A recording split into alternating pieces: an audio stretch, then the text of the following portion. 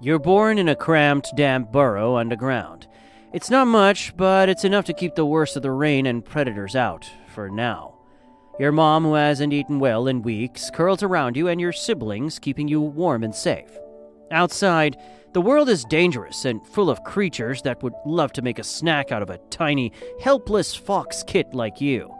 But you don't know that yet. You're blind, deaf, and utterly dependent. Even here in the burrow, survival is already a competition.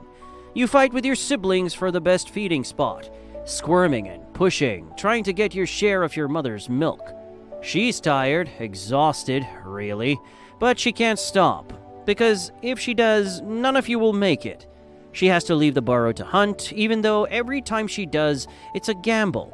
Will she find food, or will she run into a predator? Maybe a badger, an owl, or even a larger fox that doesn't care if she has mouths to feed. The first weeks are a blur of hunger and warmth. Your mom keeps you alive, barely. She hunts for mice, insects, and anything small enough to catch, but big enough to feed her and provide the milk you and your siblings need. Sometimes she comes back with nothing. On those nights, you and your siblings squirm and cry until you're too tired to do anything but sleep. At about 3 weeks, your eyes open.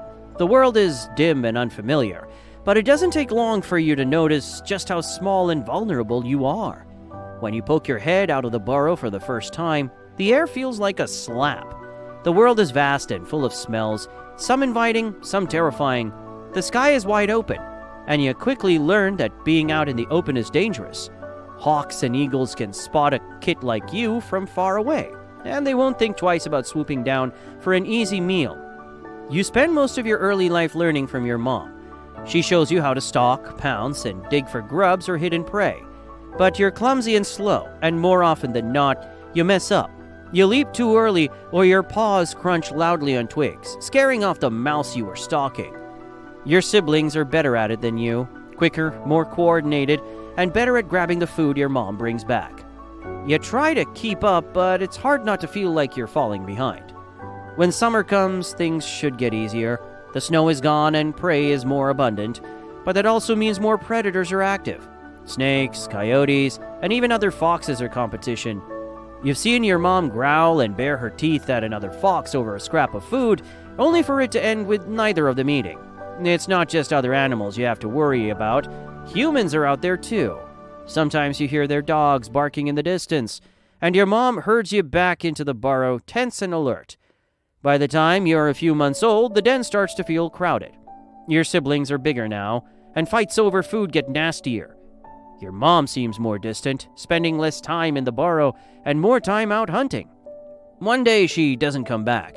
Maybe she got caught by a predator, or maybe she just decided you were old enough to fend for yourself. Either way, you're on your own now. Life as a young fox is lonely and dangerous. You don't have the experience your mom had, and every hunt feels like a struggle.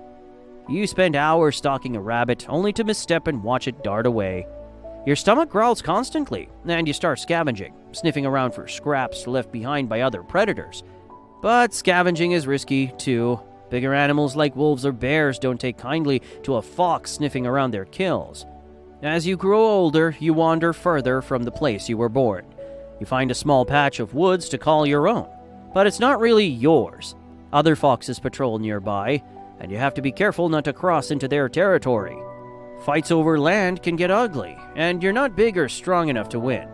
Most of the time you just back down, retreating to the edges of your claimed area and hoping they don't follow. Winter is the worst. The ground freezes, hiding the insects and worms you used to dig up. Prey is scarier than ever, and you burn more energy trudging through the snow, searching for food that isn't there. Sometimes you manage to catch a mouse or scavenge part of a carcass, but it's never enough. Your fur grows thick, but it doesn't stop the cold from seeping into your bones. The nights are the hardest. You curl up in the snow, shivering, ears twitching at every sound. You've learned to stay hidden during the day, resting in hollow logs or abandoned dens, because moving around too much only draws attention.